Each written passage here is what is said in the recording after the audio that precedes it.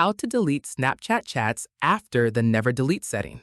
This tutorial shows you how to manually remove a chat even when it's set to save indefinitely.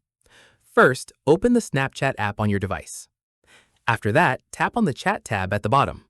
From there, tap and hold on the specific chat you want to delete. At this point, a menu will pop up with several options. In the next step, tap on Clear Chat, sometimes labeled Delete Chat. Following this, a confirmation message will appear letting you know this will permanently remove the conversation. Once done, tap Clear or Delete again to confirm. From here, that chat will now be removed, regardless of it previously being set to never delete. At this stage, keep in mind this only deletes it on your side. The other person will still have their copy unless they delete it too. Keep in mind, if you want to change the never delete setting itself so future chats don't stay saved indefinitely, open that specific chat, tap the gear icon, and select a different clear mode like 24 hours or after viewing. Finally, exit back to your chat tab to confirm the conversation no longer appears in your list. And that's it.